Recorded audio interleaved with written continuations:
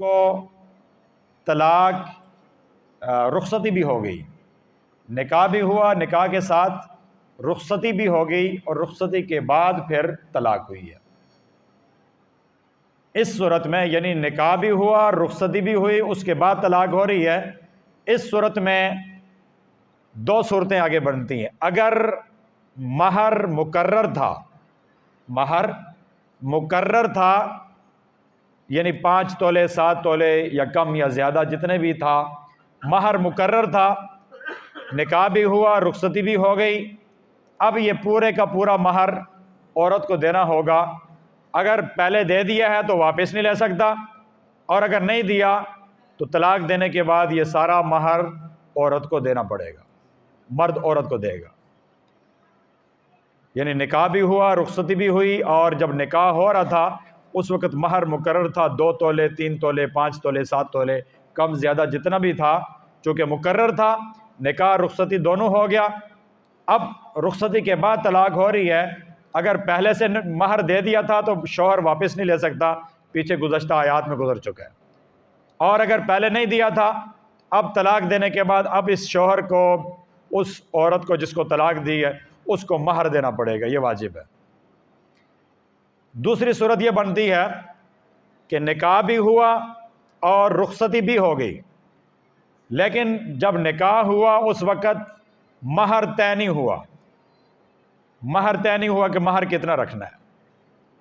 اب نکاح اور رخصتی کے بعد پھر طلاق ہو رہی ہے، اب اس عورت کو طلاق کے بعد مہر کتنا دیا جائے، اس کے بارے میں علماء نے لکھا ہے کہ مہر مثل دیا جائے گا، مہر مثل دیا جائے گا۔ مہر مثل کسے کہتے ہیں؟ کہ جس خاندان کی وہ عورت ہے، اس خاندان کی عام عورتوں کا جو مہر مقرر ہوتا ہے، اس کی چچا کی بیٹیاں ہیں، دیگر جو اس کی فیملی کی عورتیں ہیں جن کا مہر طے ہے، مقرر ہے، تو دیکھا جائے گا کہ اس کی خاندان کی عورتوں کا مہر کتنا ہے، اور پھر اس میں بھی یہ جو لڑکی ہے جس کو طلاق ہو گئی ہے، اس کی صفات کو بھی دیکھا جائے گا، اس کے حسن و جمال کو بھی دیکھا جائے گا، اور اس کی دیگر اس کے اندر کوالٹیز، خوبیاں پائی جاتی ہیں، ان کو بھی دیکھا جائے گا کہ اس جیسی خوبیوں والی لڑکی کا مہر کتنا ہونا چاہیے اور اس کے فیملی کی عورتوں کا کتنا ہے، اس کے مطابق مہر مثل مقرر کر کے طلاق کے بعد اس کو پہنچایا جائے گا، یہ واجب ہے۔ یہ دو صورتیں اس عورت کے بارے میں ہیں جس کے ساتھ نکاح ہوا اور نکاح کے بعد رخصتی بھی ہوئی، ہم بستری بھی ہوئی، ہم بستری مباشرت، ہم بستری، اور فقہا نے لکھا ہے کہ اگر خلوت صحیحہ بھی ہو جائے، یعنی دروازہ بند کر دیا، کنڈی لگا دی، اب کچھ کیا نہیں کیا، جو بھی ہوا، لیکن چونکہ خلوت تو حاصل ہو گئی، خلوت حاصل ہو گئی، اب بھی اس کو پورا مہر دینا پڑے گا۔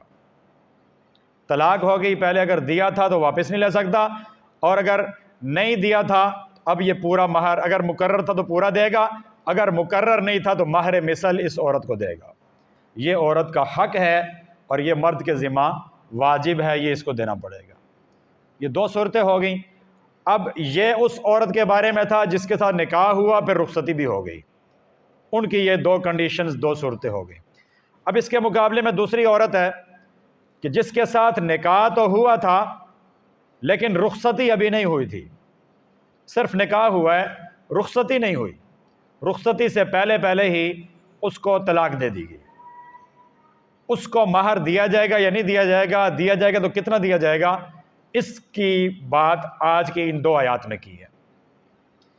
اس میں ایسی عورت جس کے ساتھ نکاح ہوا تھا لیکن رخصتی نہیں ہوئی تھی، اس کی بھی دو صورتیں بنتی ہیں۔ پہلی صورت یہ ہے، نکاح ہوا لیکن رخصتی نہیں ہوئی اور مہر بھی مقرر نہیں ہوا، نکاح کے وقت مہر مقرر نہیں ہوا، اب اس عورت کو طلاق دی جا رہی ہے جس کے ساتھ نکاح ہوا لیکن مہر مقرر نہیں ہوا رخصتی سے پہلے۔ اس کے بارے میں آیت میں فرمایا کہ چونکہ مہر تو اس کا ہے نہیں، تو لہٰذا اس کو رخصت کرتے وقت بالکل خالی ہاتھ اب رخصت کریں گے، یہ تو اچھا نہیں لگے گا، تو مرد کے ذمہ واجب ہے کہ طلاق دیتے وقت وہ ایک کپڑوں کا جوڑا اس کے حوالے کر دے، کپڑوں کا جوڑا اس کے حوالے کر دے، یہ اس کی طرف سے گفٹ ہو جائے گا۔ یہ مرد کی طرف سے عورت کے لیے گفٹ ہو جائے گا۔ یہ اس صورت میں کہ جب مہر مقرر نہیں تھا۔ اور اگلی آیت میں دوسری صورت بیان کی کہ نکاح ہو گیا اور نکاح ہوتے وقت مہر بھی مقرر کر دیا گیا، لیکن رخصتی کی نوبت نہیں آئی، رخصتی سے پہلے پہلے طلاق ہو گئی۔ اب نکاح ہو گیا تھا اور مہر بھی مقرر تھا، تو اس عورت کو نصف مہر دینا پڑے گا۔ اگر نکاح کے وقت سارا مہر اس کو دے دیا تھا، مثال کے طور پہ 4 تولے سونا دے دیا تھا، اب چونکہ رخصتی سے پہلے پہلے طلاق ہو گئی، اب پورا مہر پہلے دے دیا تھا، تو یہ آدھا مہر یہ تو عورت کا حق ہو گیا، باقی آدھا مہر وہ واپس کرے گی۔ اور اگر نکاح کے وقت مہر مقرر تو ہو گیا تھا 4 تولے، لیکن دیا نہیں تھا، اب طلاق دے رہا ہے، اب طلاق دیتے وقت یہ 2 تولے اس کو مہر دے گا۔ یہ ایسی عورت جس کے ساتھ نکاح ہوا تھا، رخصتی نہیں ہوئی تھی، لیکن نکاح کے وقت مہر بھی مقرر کیا گیا تھا، تو اس کو پھر جب طلاق دے رہا تو اس وقت اس کو نصف مہر مرد کو دینا پڑے گا اور باقی نصف مہر اس کو واپس کر دیا۔ اگر پہلے سے پورا دیا ہوا تو آدھا واپس لے گا، اور اگر پہلے سے نہیں دیا ہوا تو آدھا مہر دے دے گا۔ اور اس میں ضمناً ایک بات یہ بھی ذہن میں رکھیں، نکاح کرتے وقت 2 چیزیں ضروری ہیں، ایجاب و قبول، لڑکے اور لڑکی کی طرف سے قبول کرنا۔ عام طور پہ نکاح اس طرح ہوتا ہے، لڑکی والے جو ولی ہوتا ہے وہ اپنی بچی سے پوچھ لیتا ہے کہ فلاں جگہ میں آپ کا نکاح کرنا چاہتا ہوں۔ اگر وہ سیبہ ہے یعنی شادی شدہ ہے، دوسری شادی اس کی ہو رہی ہے، پہلے طلاق ہو گئی تھی یا جناب بیوہ ہو گئی تھی، اس کو سیبہ کہتے ہیں۔ اگر وہ سیبہ ہے تو پھر وہ زبان سے اجازت دے گی کہ یہ نکاح آپ کر سکتے ہیں یا نہیں کر سکتے، اس زبان سے اجازت دینا ضروری ہے۔ اور اگر وہ باکرہ ہے یعنی پہلی مرتبہ اس کی شادی ہو رہی ہے، پہلے اس کا نکاح نہیں ہوا، تو ایسی عورت کے اندر چونکہ شرم زیادہ ہوتی ہے، وہ اگر شرما جائے، خاموشی اختیار کر لے، تو اس کی خاموشی کو بھی رضا سمجھا جائے گا کہ یہ اس رشتے کے اوپر راضی ہے۔ اگر وہ رو پڑے تو پھر سمجھا جائے گا کہ یہ رونا جو ہے یہ اس کی رضا نہیں ہے، یہ اس رشتے پہ راضی نہیں ہے۔ ایک رونا تو جدائی پہ ہوتا ہے، اس رونے کی کیفیت اور ہوتی ہے کہ اماں ابا سے جدا ہو رہی ہے، بہن بھائیوں سے، اس پہ بھی رونا آتا ہے لیکن اس کی کیفیت اور ہوتی ہے۔ اور ایک ہوتا ہے دکھ کا رونا، اس کی کیفیت اور ہوتی ہے۔ اور جو گھر کی عورتیں ہوتی ہیں نا، بڑی بوڑھی اماں ہیں، تو وہ بڑی جلدی جج کر لیتی ہیں کہ یہ کون سا رونا ہے، ٹھیک ہے، وہ ان کے لیے یہ چیک کرنا یہ کوئی مشکل کام نہیں ہے کہ یہ رونا کون سا خوشی کا رونا ہے یا غمی کا رونا ہے، یہ کون سا رونا رو رہی ہے، ٹھیک ہے، وہ چیک کر لیتی ہیں۔ تو اگر عورت خاموشی اختیار کر لے تو اس کی خاموشی کو سمجھا جائے گا کہ یہ اس کی طرف سے گرین سگنل ہے کہ ٹھیک ہے جی آپ یہ نکاح میرا کر دیں۔ اور اگر وہ خاموشی اختیار نہیں کرتی، روتی ہے، تو پھر یہ جو اس کے گھر والے ہیں وہ جج کریں گے کہ یہ اس رشتے پہ راضی ہے یا نہیں۔ تو لڑکی کی رضا لازمی ہے، چونکہ رشتہ آگے اس نے چلانا ہے، گھر اس کی زندگی کا فیصلہ ہو رہا ہے، تو بچیوں سے وہ اجازت لے کر ان کی اجازت سے رشتے کیے جائیں، اپنی من مانیاں نہ کیے جائیں، اس لیے کہ والدین نے تو اپنی زندگیاں گزار دی ہیں، اب بچے نے زندگی گزارنی ہے۔ اگر لڑکی رشتے پر راضی نہیں ہے تو وہ آپ کی مان کر وہ چلی تو جائے گی، لیکن ساری زندگی آپ کو بد دعائیں دیتی رہے گی۔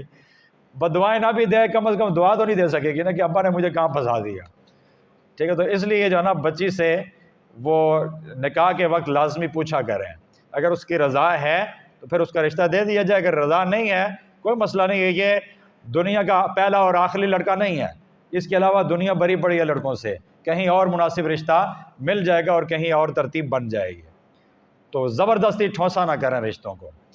تو یہ ایک تو ایجاب و قبول، لڑکی کی طرف سے ورثاء اولیاء سے پوچھا جاتا ہے کہ آپ نے لڑکی سے پرمیشن لی ہے یا نہیں لی، اس پرمیشن لینے کے اوپر بھی 2 گواہ ہوتے ہیں کہ جن کی موجودگی میں لڑکی کے والد کو یا بھائی کو لڑکی نے اجازت دی ہے کہ یہ میری طرف سے نکاح کروا سکتے ہیں۔ ادھر سے انہوں نے ایجاب کر دیا اور دوسری طرف سے لڑکے سے پوچھا جاتا ہے کہ آپ کو یہ لڑکی قبول ہے، تو اگر لڑکا کہتا ہے مجھے قبول ہے تو نکاح ہو جاتا ہے۔ تو نکاح میں 2 چیزیں ہوتی ہیں، ایک ہوتا ہے ایجاب اور قبول، اور دوسرا ہوتا ہے گواہ۔ گواہوں کی موجودگی لازمی ہے۔ بغیر گواہوں کے کیا ہوا نکاح وہ نکاح نہیں ہے، وہ زنا ہے، وہ نکاح نہیں ہے۔ نکاح کے لیے گواہ ضروری ہیں اور ایجاب و قبول ضروری ہے، یہ دو چیزیں۔ اگر مہر مقرر نہیں بھی ہوا یا مہر کی بات ہی نہیں ہوئی تب بھی کوئی مسئلہ نہیں ہے، نکاح ہو گیا، نکاح ہو گیا ہے۔ اب چونکہ نکاح مہر مقرر نہیں ہوا، نکاح کی مجلس میں نکاح تو ہو گیا، اگر انہوں نے رخصتی بھی کر دیا تب بھی کوئی مسئلہ نہیں ہے، ہم مصری بھی ہو گیا تب بھی کوئی مسئلہ نہیں ہے۔ اب اس عورت کو کتنا مہر دیا جائے تو وہ فرمایا مہر مثل دیا جائے گا، یعنی اس کی خاندان کی عورتوں کا جتنا مہر ہے، پہلے تو باہمی رضامندی سے، چونکہ مہر عورت کا حق ہے، اس سے پوچھا جائے گا آپ کا مہر کتنا ہونا چاہیے۔ تو لڑکا لڑکی اگر کسی ایک عدد کے اوپر یا ایک مقدار کے اوپر دونوں راضی ہو جاتے ہیں تو یہ سب سے زیادہ مناسب ہے، سب سے زیادہ بہتر ہے، زندگی انہوں نے گزارنی ہے تو کسی ایک عدد کے اوپر یا ایک مقدار کے اوپر راضی ہو جائے بہت اچھی بات ہے۔ لیکن اگر وہ کسی ایک مقدار کے اوپر راضی نہیں ہوتے، جھگڑے کی کیفیت پیدا ہوتی ہے، تو پھر مہر مثل کی طرف آیا جاتا ہے کہ دیکھا جائے گا اس لڑکی جیسی لڑکیاں خوبصورتی میں، پڑھائی لکھائی میں اور دیگر جو کوالٹیز خوبیاں ہیں، ان خوبیوں میں اس کے خاندان کی اس جیسی جو دیگر لڑکیاں ہیں ان کا مہر کیا مقرر ہوا ہے، جو ان کا مقرر ہوا ہے وہی مہر اس لڑکی کا بھی مقرر کیا جائے گا، اس کو کہتے ہیں مہر مثل۔ تو یہ اگر نکاح کرتے وقت نکاح کی مجلس میں مقرر نہیں بھی ہوا تب بھی نکاح ہو گیا، یہ بعد میں بھی مقرر ہو سکتا ہے، یہ بعد میں بھی مقرر ہو سکتا ہے۔ تو اس اعتبار سے عورتوں کی 4 صورتیں بنتی ہیں۔ اگر نکاح اور رخصتی دونوں ہو گئیں، نکاح اور رخصتی دونوں ہو گئیں، اس کے بعد طلاق ہوئی تو پھر دیکھیں گے مہر مقرر ہے یا مقرر نہیں ہے۔ اگر مہر مقرر ہے تو جتنا مقرر کیا وہ سارا دینا پڑے گا، اور اگر مقرر نہیں تھا تو پھر مہر مثل مقرر کر دیں گے۔ یہ 2 صورتیں ہو گئیں۔ اور اگر نکاح ہوا تھا، رخصتی نہیں ہوئی تھی اور رخصتی سے پہلے پہلے طلاق ہو گئی، پھر دیکھیں گے کہ مہر مقرر تھا یا نہیں۔ اگر مہر مقرر نہیں تھا تو پھر لڑکی کو صرف ایک جوڑا کپڑوں کا دے کر، گفٹ دے کر اس کو روانہ کر دیا جائے گا، اور اگر مہر مقرر ہوا تھا اس مہر میں سے آدھا لڑکی کا حق ہے، وہ لڑکی کو دیا جائے گا، اور باقی پھر اگر پہلے سے سارا دیا ہو تو باقی واپس ہو جائے گا، اگر نہیں دیا تو آدھا اس کو دے دیا جائے گا۔ یہ 4 صورتیں بنتی ہیں۔ 2 صورتوں کا تذکرہ یہاں پہ کیا، اب ساتھ ساتھ آیت کے چلتے ہیں۔ اللہ فرماتے ہیں لا جناح علیکم، آپ کے اوپر کوئی گناہ نہیں ہے، ان طلقتم النساء، اگر تم اپنی عورتوں کو، اپنی بیویوں کو طلاق دیتے ہو، کب؟ ما لم تمسوہن، ان کو ٹچ کرنے سے پہلے، ان کو ہاتھ لگانے سے پہلے، یعنی ہاتھ لگانے سے مراد ہم بستری یا خلوت اختیار کرنا، خلوت اختیار کرنے سے پہلے، ہم بستری کرنے سے پہلے اگر آپ ان کو طلاق دیتے ہیں تو پھر کیا ہوگا؟ ایک صورت یہ بیان کی ہاتھ لگانے سے پہلے، دوسرا او تفریضوا لہن فریضہ، یا ان کے لیے مہر مقرر کرنے سے پہلے آپ ان کو طلاق دیتے ہیں، تو فرمایا ومتعوہن، آپ ان کو نفع پہنچاؤ، ان کو فائدہ پہنچاؤ۔ نفع کیسے پہنچائیں؟ تو کپڑوں کا ایک جوڑا آپ گفٹ کر دیں۔ اب سوال پیدا ہوا کپڑوں کے جوڑے کی جو قیمت ہے وہ کیا ہونی چاہیے، کس قیمت کا دینا چاہیے، کس قیمت کا اعتبار ہے؟ آگے فرمایا علی الموسع قدرہ وعلی المقتر قدرہ، موسع کہتے ہیں ایسا آدمی جو کھاتے پیتے گھرانے سے ہے، مالدار ہے، لینڈ لاٹ ہے، تو جو مالدار ہے اس کے اوپر جو جوڑا کپڑے کا گفٹ کرنا ہے وہ اعلیٰ کوالٹی کا، جو خود وہ یا اس کے گھر کی عورتیں پہنتی ہیں ویسا ہی کپڑے کا، اعلیٰ کوالٹی کا کپڑا ایک جوڑا لے کر وہ گفٹ کرنا پڑے گا۔ اور اگر درمیانے طبقے کا ہے تو جس طرح اس درمیانے طبقے کے آدمی کے گھر کی عورتیں کپڑے پہنتی ہیں ویسے ہی وہ اس عورت کو گفٹ کرے گا۔ اور اگر کنگال بینک کا مینیجر ہے، بالکل وہ خالی ہاتھ ہے، اس کے پاس کچھ ہے ہی نہیں ہے، تو پھر وہ نارمل کپڑے جو اس کے گھر کی عورتیں پہنتی ہیں ویسے ہی نارمل کپڑے وہ ایک جوڑا اس کو بھی دے گا، اس کو بھی نارمل کپڑے کا جوڑا لے کر دے دے گا، یہ اس کی طرف سے گفٹ ہو جائے گا۔ یعنی کہ اس میں اس مرد کی مالی پوزیشن کو دیکھا جائے گا، مرد کی مالی پوزیشن جیسے ہوگی گفٹ بھی اس کو ویسے ہی دینا پڑے گا۔ تو یہ جو جوڑا ہے یہ گفٹ کے طور پہ دینا ہوگا، لیکن یہ جوڑا دینا واجب ہے، یعنی کہ جب مہر مقرر نہیں ہے، رخصتی ہوئی نہیں ہے، صرف نکاح ہوا تھا، مہر بھی مقرر نہیں ہے، اب بالکل خالی ہاتھ تو نہیں بھیجا جائے گا نا، اس کو پھر ایک جوڑا کپڑے کا گفٹ کرنا یہ واجب ہے، یہ دینا پڑے گا۔ یہ ہر ایک کو دینا پڑے گا، چاہے وہ مالدار ہے، درمیانے طبقے کا ہے یا غریب ہے، ہر ایک کو دینا پڑے گا، لیکن اپنی اپنی مالی پوزیشن کے مطابق یہ کپڑے دینے پڑیں گے۔ تو فرمایا علی الموسع قدرہ، مالدار آدمی پر اس کی مالی حیثیت کے مطابق، وعلی المقتر قدرہ، اور تنگ دست مقتر تنگ دست آدمی پر اس کی مالی حیثیت کے مطابق یہ جوڑا کپڑوں کا ہوگا۔ آگے فرمایا متاعا بالمعروف، یہ گفٹ کرنا ہے، یہ سامان دینا ہے بالمعروف، عمدہ طریقے کے مطابق۔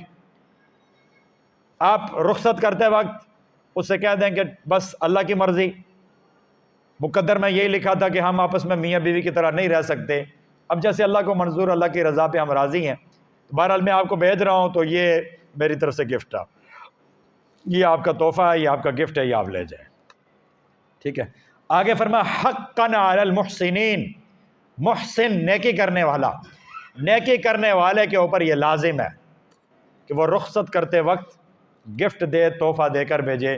خالی ہاتھ بھیجے گا تو پھر ناراضگیاں ہوں گی۔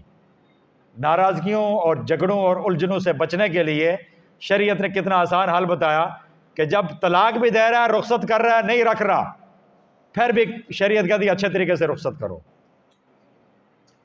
اچھے طریقے سے رخصت کرو، تاکہ آپ کے دونوں خاندانوں کے اندر جھگڑے نہ ہوں، لڑائیاں نہ ہوں، نفرتیں نہ ہوں کہ ہم نے اس کو بہن دی تھی، نکاح بھی کیا اور پھر اس نے طلاق دے دی۔ بھائی دے دی تو خیرہ دے دی نا، کیا ہے، ادھر طلاق ہو گئی کہیں اور کر دو، مسئلہ کیا ہے؟ شادی بیاہ نکاح یہ تو بڑی آسان چیزیں تھیں، آپ علیہ الصلوۃ والسلام کے زمانے میں تو بڑا آسان تھا، جس کے لیے جس گھر میں مرضی ہے رشتہ لے کے چلے جاؤ، خود جا کے اپنا رشتہ لے کے جاؤ کہ مجھے آپ کی بہن سے، آپ کی بیٹی سے رشتہ کرنا ہے، تو کوئی محسوس نہیں کرتا تھا کہ خود رشتہ لے گا، تیرا باپ کدھر ہے، تیری اماں کدھر ہے، تیرا فلاں کدھر ہے، فلاں کدھر ہے، پوری پارٹیاں اور فلاں کو لے کے آؤ، کوئی نہیں پوچھتا تھا، اور خاموشی سے رشتے ہو جاتے تھے، شادیاں ہو جاتی تھیں۔ مدینہ منورہ کتنا بڑا تھا، چھوٹا سا تو مدینہ تھا، اور چھوٹے سے مدینہ کے اندر 10 مبشرہ میں سے ہیں حضرت عبد الرحمن ابن عوف رضی اللہ تعالیٰ عنہ۔ ایک دن صبح جب فجر کی نماز میں آئے تو جسم کے اوپر کوئی وہ سرخی وغیرہ لگی ہوئی تھی، کوئی اس طرح کی چیز لگی ہوئی تھی سفید کپڑوں پہ۔ آپ علیہ الصلوۃ والسلام نے پوچھا عبد الرحمن یہ کیا لگا ہوا ہے؟ انہوں نے فرمایا میں نے نکاح کیا اور رات کو رخصتی ہوئی، تو یہ اس کا اثرات ہوں گے کپڑوں پر۔ آپ نے کوئی شکوہ نہیں کیا کہ عبد الرحمن بڑے بے وفا نکلے، آپ نے تو مجھے بلایا ہی نہیں، مجھے کوئی کارڈ ہی نہیں دیا، آپ نے ولیمے کی دعوت دیتے، مجھے بلاتے کم از کم، میں آپ کا نبی ہوں، آپ میرے امتی ہو، نکاح بھی مجھ سے نہیں پڑھوایا اور مجھے بتایا تک نہیں، کانوں کان خبر بھی نہیں ہوئی۔ ایسا کوئی شکوہ آپ صلی اللہ علیہ وسلم نے نہیں فرمایا۔ روایت میں آتا ہے آپ نے صرف اتنا فرمایا اچھا ٹھیک ہے، اچھا کیا، بس ولیمہ کر لینا، استطاعت کے مطابق ولیمہ کر لینا۔ تو وہاں تو کوئی شکوے شکایت ہی نہیں تھی۔ ہم نے نکاح کو اور ان چیزوں کو خود مشکل بنایا ہے، اور آج پلاننگ ہوتی ہیں کئی سال تک، والدین سوچتے سوچتے ان کی داڑیاں سفید ہو جاتی ہیں، سر کے بال سفید ہو جاتے ہیں کہ بچیاں ہیں گھر میں تو ان کو کیسے عزت پردے کے ساتھ اپنے گھروں تک پہنچایا جائے۔ جیز کی وہ ایک لمبی لسٹ ہے، وہ پوری کرنی ہے، اور ایک نگ جس طرح کے وہ جس کو دے رہے ہیں تو وہ لولا لنگڑا ہے، ہاتھ پاؤں اس کے ٹوٹے ہیں، وہ کچھ بھی نہیں کرے گا، سارا کچھ سوئی سے لے کے بڑی سے بڑی چیز، چھوٹی سے چھوٹی چیز، سارا ہم نے بہن کو دے کے بھیجنا ہے، ہم نے بیٹی کو دے کے بھیجنا ہے۔ وہ کیا کرے گا جس کے گھر اتنی آپ اپنی بہن کو دے رہے ہیں، اپنی بیٹی کو دے رہے ہیں، پال پوس کے جوان کر کے اس کے حوالے کر رہے ہیں، وہ شہزادہ کیا کرے گا؟ ساری چیزیں تو آپ دے کے بھیج رہے ہیں، یہ کیا بات ہوئی؟ یہ ہماری رسم و رواج ہیں جنہوں نے ہمیں جکڑ کے رکھا ہوا ہے، جس کی وجہ سے ہماری شادیاں اور یہ چیزیں بڑی مشکل ہو گئی ہیں۔ تو آج بھی آسان ہے، کوئی ہمت کرنا چاہے، کوئی مشکل نہیں ہے، کوئی مشکل نہیں، لیکن ہمت کرنا چاہے، ہمت کرے تو آسان ہے کام، لیکن ہم ہمت نہیں کرتے، ہم کہتے ہیں فلاں ناراض ہوگا، یہ ناراض ہوگا، وہ ناراض ہوگا، وہ ناراض ہوگا، ہم لوگوں کی ناراضگیوں کے پیچھے جاتے ہیں، اور اس کو بھی راضی رکھنا ہے، اس کو بھی، سب کو راضی رکھنا ہے۔ سب کو تو راضی رکھنے کی فکر ہے، لیکن اللہ کو راضی رکھنے کی کوئی فکر ہماری ڈکشنری میں، لغت میں کہیں ہے ہی نہیں ہے۔ اللہ ناراض ہوتا ہے بے شک ہو جائے، لیکن برادری والے ناراض نہ ہوں، رشتہ دار ناراض نہ ہوں، یہ تو ہماری پوزیشن ہے، یہ ہماری حالت ہے، ایمان کا یہ لیول ہے. باقی سب کو راضی رکھیں گے، اللہ کو راضی رکھنے کی فکر ہی نہیں ہے. بہرحال اس چیز کو ہم نے خود مشکل بنایا ہے. تو یہ فرمایا حقاً علی المحسنین، جو نیکی کرنے والے ہیں، نیکی کے راستے پہ چلنے والے ہیں، ان کے ذمہ یہ حق ہے، لازم ہے کہ ایسی عورت جس کے ساتھ نکاح کیا، رخصتی نہیں ہوئی، مہر بھی مقرر نہیں تھا، اس کو کچھ دے دلا کر گفٹ، تحفہ، کپڑے کا جوڑا وہ دے کر اس کو رخصت کریں، خالی ہاتھ رخصت نہ کریں. اس سے نفرتیں ختم ہوں گی اور محبتیں پروان چڑھیں گی. یہ تو وہ تھی جس کے ساتھ نکاح ہوا، رخصتی نہیں ہوئی، طلاق ہو گئی. اس کو صرف جوڑا دینا ہے اور جوڑا دینا واجب ہے. اگلی آیت میں فرمایا وَإِن طَلَّقْتُمُوهُنَّ، اگر تم عورتوں کو طلاق دے دو، من قبل، اس سے پہلے، ان تمسوهن، کہ تم نے ان کو ٹچ کیا ہو، ان کو چھوا ہو، یعنی ان کے ساتھ خلوت اختیار کی ہو. خلوت اختیار کرنے سے پہلے اگر تم نے ان کو طلاق دے دی، اور آگے فرمایا وَقَدْ فَرَضْتُمْ لَهُنَّ فَرِيضَةً، اور اس حال میں کہ پکی بات ہے کہ تم نے ان کا مہر مقرر کر لیا تھا. آپ نے نکاح کرتے وقت یہ طے کر لیا تھا کہ میں آپ کو 4 تولے سونا دوں گا، 5 تولے سونا دوں گا، اتنا سونا دوں گا، یہ مقرر کر لیا تھا. اب آپ جب طلاق دے رہے ہیں رخصتی سے پہلے، اب آپ نے کیا کرنا ہے؟ فرمایا فَنِصْفُ مَا فَرَضْتُمْ، تو جو تم نے مقرر کیا تھا اس میں سے نصف وہ عورت کو دو، نصف عورت کو دے دو.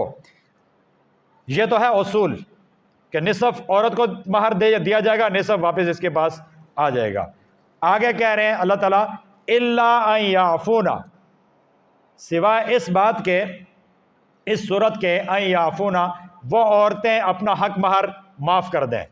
وہ کہیں جب تو نے رکھنا نہیں ہے تو تیرا حق مہر رکھ کے میں کیا کروں گی، سارا ہی تجھے پہنچا، میں نہیں رکھتی ہوں. عورت ہی واپس کر دے تو ظاہری بات ہے یہ عورت کا حق تھا نا، عورت کا حق تھا، وہ اپنا حق نہیں لینا چاہتی، وہ واپس کر دیتی ہے، اس کو اختیار ہے، وہ واپس کر سکتی ہے. تو فرمایا الا ان یعفون، سوائے اس صورت کے کہ عورت وہ معاف کر دے، حق مہر نہ لے، واپس کر دے سارے کا سارا مرد کو، اس کو یہ بھی اجازت ہے. دوسری صورت فرمائی او یعفو الذی بیدہ عقدۃ النکاح، یا معاف کر دے وہ شخص جس کے ہاتھ میں نکاح کا اختیار ہے، نکاح کی گرہ ہے. عقدہ کہتے ہیں گرہ کو، گانڈ کو، جو رسی کے اندر ہم لگاتے ہیں، یعنی نکاح کا اختیار جس کے ہاتھ میں ہے، یعنی مرد. یا معاف کر دے مرد، یعنی مرد نے سارا مہر دے دیا تھا اس کو. اب اصول تو یہ ہے کہ عورت آدھا رکھے اور آدھا واپس کرے، لیکن مرد کہتا ہے چل جان دے، اس کوئی مسئلہ نہیں ہے، سارا تو رکھ لے، 4 تولے میں نے تجھے دیے تھے، چاروں تجھے پہنچے، میں واپس نہیں لیتا، سارا تجھے پہنچا. تو اللہ تعالیٰ فرما رہے ہیں مردوں کو وَأَن تَعْفُوا أَقْرَبُ لِلتَّقْوَىٰ، وَأَن تَعْفُوا، اور اے مردو، مرد تم ہو نا تو مردانگی دکھاؤ، اگر سارا دے دیا ہے تم معاف کر دو. وَأَن تَعْفُوا، اگر تم معاف کر دو، أَقْرَبُ لِلتَّقْوَىٰ، یہ تقویٰ کے زیادہ قریب ہے، یہ تقویٰ کے زیادہ قریب ہے. تقویٰ کے زیادہ قریب کیسے ہے؟ اس لیے کہ طلاق کس نے دی ہے؟ مرد نے. تو مرد طلاق دینے کے بعد اگر واپس حق مہر بھی واپس لے گا تو پھر دل کے اندر کہیں نہ کہیں وہ آپس میں کینہ ہوگا، کہیں نہ کہیں وہ ایک غم و غصے کی کیفیت ہوگی. لیکن مرد نے اگر حق مہر دے دیا پورا، اب وہ کہتا ہے سارا تجھے پہنچا، واپس نہیں لیتا، اس میں آدھا تو اس کا حق تھا اور آدھا اس نے اضافی طور پہ دے دیا. یعنی 4 تولے اگر مقرر تھے تو 2 اس کا حق تھا، 2 اس کو واپس ملنا چاہیے تھا، لیکن یہ واپس نہیں لیتا، یہ کہتا 2 بھی تجھے پہنچے. اب اس نے اضافی دے دیا، اب یہ اضافی دے کر اس نے احسان کیا، اس کی وجہ سے دل آپس میں مل جائیں گے، دلوں کے اندر بغض، حسد، دشمنی اور نفرت نہیں آئے گی. تو یہ فرمایا وَأَن تَعْفُوا أَقْرَبُ لِلتَّقْوَىٰ، اور اے مردو اگر تم معاف کر دو، اقرب للتقویٰ، یہ تقویٰ کے زیادہ قریب ہے. آگے فرمایا وَلَا تَنْسَوُا الْفَضْلَ بَيْنَكُمْ، اور آپس میں ایک دوسرے کے ساتھ فضل کو مت بھولو، فضل کرنے کو مت بھولو، رحم کرنے کو مت بھولو. یعنی یہ نہیں کہ اپنا حق مانگنا شروع کر دو، میرا حق دو، آج پوری دنیا میں جو جنگ ہے وہ حقوق کی جنگ ہے. ہر آدمی اپنا حق مانگ رہا ہے. اگر جتنی فکر ہمیں اپنے حق کی ہے کہ مجھے میرا حق دیا جائے، اس کی بجائے اگر جو ہماری ذمہ داریاں ہیں ان کو پورا کرنے کی فکر ہو جائے، جھگڑے ہی ختم ہو جائیں. وسط میں، مغرب میں اور اسلامی طرز حیات میں بنیادی فرق ہی یہی ہے. مغرب اپنے حقوق کی جنگ لڑواتا ہے. ہر ایک کو کہتے ہیں آپ یہ تمہارا رائٹ ہے، اس رائٹ کے لیے اب لڑو، اس رائٹ کو مانگو. تو جب آپ کوئی چیز مانگیں گے اگلا دے گا یا نہیں دے گا. اگر دے گا تو کوئی مسئلہ نہیں، لیکن اگر اس نے نہ دیا پھر جھگڑا ہوگا. آج پوری دنیا میں جو جھگڑے ہو رہے ہیں وہ اپنے حقوق مانگنے کی وجہ سے ہو رہے ہیں. ہم حق مانگنے کی جتنی ہمیں فکر ہے، اس کی بجائے اگر حقوق کی ادائیگی کی ہم فکر کریں. شوہر دیکھیں میرے ذمہ بیوی کے کون کون سے حقوق ہیں، میں ان کو پورا کروں. والدین دیکھیں ہمارے ذمہ اولاد کے کون کون سے حقوق ہیں، ہم وہ پورے کریں. اولاد دیکھیں ہمارے ذمہ والدین کے کون کون سے حقوق ہیں، ہم وہ پورے کریں. اسی طرح استاد دیکھیں شاگرد کے کون کون سے حقوق ہیں، وہ پورے کریں. شاگرد دیکھیں استادوں کے کون سے حقوق ہیں، وہ پورے کریں. پھر جھگڑا ہوگا. ہر آدمی اس فکر میں ہے کہ میری ذمہ داریاں کیا ہے، مجھے کیا کرنا ہے، میرے ذمہ دوسروں کے حقوق کون کون سے ہیں، میں وہ ادا کرنے کی فکر کروں. پھر جھگڑا ہی نہیں ہوگا، ساری طرف امن سکون ہوگا. اسلام درس دیتا ہے اپنے حقوق ادا کرنے کا، کہ جو دوسروں کی ذمہ داریاں وہ پوری کی جائیں. اور وسط کہتا ہے اپنا حق مانگو. تو مانگنے سے جھگڑا ہوگا اور دینے سے صلح ہوگی. دینے سے محبت بڑھے گی اور مانگنے سے کھینچا تانی بڑھے گی. آج پوری دنیا میں جو کھینچا تانی ہے وہ حقوق مانگنے کی وجہ سے ہے، حقوق دینے کی وجہ سے کبھی جھگڑا نہیں ہوتا. ایک چیز دوسرے کی آپ نے دینی ہے، آپ چپکے سے خاموشی سے نکال کے اس کے ہاتھ میں رکھ رہے ہیں، وہ آپ کے ساتھ لڑے گا، وہ تو آپ کا شکریہ ادا کرے گا کہ جزاک اللہ، اللہ آپ کو جزائے خیر دے، آپ نے میرا حق، میرے پیسے، قرض، جو بھی چیز تھی وہ آپ نے لوٹا دی، آپ کا بہت شکریہ. لیکن جب آپ مانگیں گے اگلا بندہ نہیں دے گا، پھر لڑائی جھگڑا ہوگا. اس لیے اسلام کا جو تصور ہے وہ حقوق کی ادائیگی کا ہے. جو آپ کی ذمہ داریاں ہیں ان کو ادا کرتے جائیں، جھگڑا ہی پیدا نہیں ہوگا. تو یہاں بھی یہ کرنا چاہیے. فرمایا وَلَا تَنْسَوُا الْفَضْلَ بَيْنَكُمْ، آپس میں ایک دوسرے کے ساتھ فضل والا، رحم والا، کرم والا معاملہ کرو، نرمی والا معاملہ کرو. شوہر حق مہر اگر دے دیا تو واپس نہ لے، یہ اس کی طرف سے فضل ہے. اور اگر بیوی معاف کر دے یہ اس کی طرف سے فضل ہے. تو یہ فضل کی دعوت سب کو ہے. آگے فرمایا ان اللہ بما تعملون بصیر، کہ جو کچھ بھی تم کرتے ہو اللہ تعالیٰ اس کو دیکھنے والا ہے. اللہ تعالیٰ اس کو دیکھنے والا ہے. تو جب طلاق ہوگی تو یہ فطری طور پر ظاہری بات مزاج کے خلاف بات ہے، کیونکہ کوئی بھی آدمی اپنی بیٹی بہن کا رشتہ کیوں دیتا ہے؟ رشتہ چلانے کے لیے، اس کا گھر آباد کرنے کے لیے. لیکن آگے سے طلاق ہو جاتی ہے، اب ظاہری بات ہے فطری طور پہ اس کا دل کے اندر دکھ تو ہوگا، تکلیف تو ہوگی. اس کے دل کو جوڑنے کے لیے یہی ہے کہ نرمی کا راستہ اختیار کیا جائے. جو مہر دے دیا اس کو بھی معاف کر دیا جائے، اور جو کوئی کپڑے کا جوڑا اپنی طرف سے گفٹ دے دیا جائے تاکہ اگلوں کا دل جڑا رہے، اور یہ دو خاندانوں اور دو افراد کے درمیان یہ لڑائی جھگڑا طول نہ پکڑے، بلکہ صلح صفائی کے ساتھ معاملات آگے بڑھتے چلے جائیں. یہاں پہ ہندوستان میں مغلیہ ایک سلطنت گزری ہے. مغلیہ سلطنت کا ایک آخری بادشاہ تھا بہادر شاہ ظفر. یہ اشعار بھی کہا کرتا تھا. اس کا ایک شعر تھا، وہ کہتا ہے ظفر آدمی اس کو نہ جانیے گا، ہو وہ کتنا ہی صاحب فہم و ذکا. ظفر آدمی اس کو نہ جانیے گا، ہو وہ کتنا ہی صاحب فہم و ذکا. جسے عیش میں یاد خدا نہ رہی، جسے عیش میں یاد خدا نہ رہی، جسے تیش میں خوف خدا نہ رہا. کہ جب عیش تھی، مزے کے دن تھے، وہ اللہ کو بھول گیا. اللہ تعالیٰ نعمتیں برسا رہا تھا، اللہ کی نعمتوں پر شکر ادا کرنے کی بجائے اس نے ناشکری کرنا شروع کر دی، اس نے اکڑ کرنا شروع کر دی، وہ عیش میں اللہ کو بھول گیا، اور جب طیش میں آیا، غصے میں آیا، پھر خوف خدا اس کے کا دامن چھوڑ دیا، پھر اس نے دوسروں پر ظلم اور زیادتی کرنا شروع کر دی۔ وہ کہتا ہے یہ کوئی پکا آدمی نہیں ہے، یہ بڑا کچا آدمی ہے، جو عیش میں ہوتا ہے تو پھر بھی اللہ کو بھول جاتا ہے، جب طیش میں آتا ہے پھر بھی اللہ کا ڈر بھول جاتا ہے۔ یہ کوئی اچھا آدمی نہیں ہے۔ جب اچھا آدمی وہ ہے جو عیش کے اندر بھی اللہ کو یاد رکھے، اور جب کسی ناگوار مسئلے پر غصہ آئے تب بھی اپنے غصے کو کنٹرول کرے اور اس کو زیادہ حد سے آگے نہ بڑھائے۔ جب کبھی ایسی کوئی صورت پیش آ جائے، طلاق بھی ہماری زندگی کا حصہ ہے، بعض اوقات ہو جاتا ہے فیملیز کے اندر، خاندانوں کے اندر، اب یہ جھگڑا تول نہیں پکڑنا چاہیے، اس کو ادھر ہی ختم کر دے، کوئی مسئلہ نہیں ہے، طلاق ہو گئی ہے آپ کی بیٹی کا، انشاءاللہ اللہ مقدر اچھا کرے گا، کوئی اور اچھا مناسب رشتہ مل جائے گا، لڑکے کو بھی جوڑ کا رشتہ مل جائے گا، لڑکی کو بھی مل جائے گا انشاءاللہ۔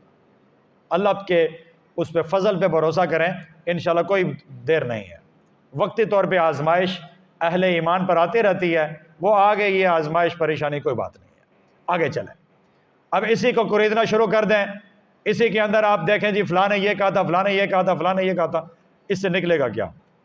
طلاق تو ہو چکی ہے، اب اس میں سے مزید کیا نکلے گا؟ نفرتیں بڑھیں گی، قدورتیں بڑھیں گی، کینہ، بغض، حسد، دشمنی، اور پھر باتوں سے تو تکار سے گریبان تک ہاتھ آئے گا، پھر لڑائی جھگڑے ہوں گے، سر پھٹیں گے، اور اللہ معاف کرے اس سے آگے چلیں گے تو کہیں گولی چل گئی تو کوئی دو اللہ نہ کرے ادھر سے کچھ گر گئے، کچھ ادھر سے لاشیں گر گئیں، اب ادھر کے بھی جیل میں، ادھر کے بھی جیل میں، اب وہاں جا کے سر پکڑ کے بیٹھ جاتے ہو یہ ہم نے کیا کر دیا، یہ ہم نے کیا کر دیا، ہم یہ نہ کرتے تو کاش ہم یہ نہ کرتے، تو پھر وہ سلاخوں کے پیچھے جا کر کاش کرنے کا پھر فائدہ کوئی نہیں ہے۔ اس لیے عقل مند وہ ہے جو عیش میں بھی اللہ کو یاد رکھے اور طیش میں بھی لمٹ کراس نہ کرے، طیش کے اندر بھی اپنے اللہ کو یاد رکھے۔ اللہ تعالی ہم سب کو توفیق نصیب فرمائے۔ وآخر دعوانا ان الحمد للہ رب العالمین۔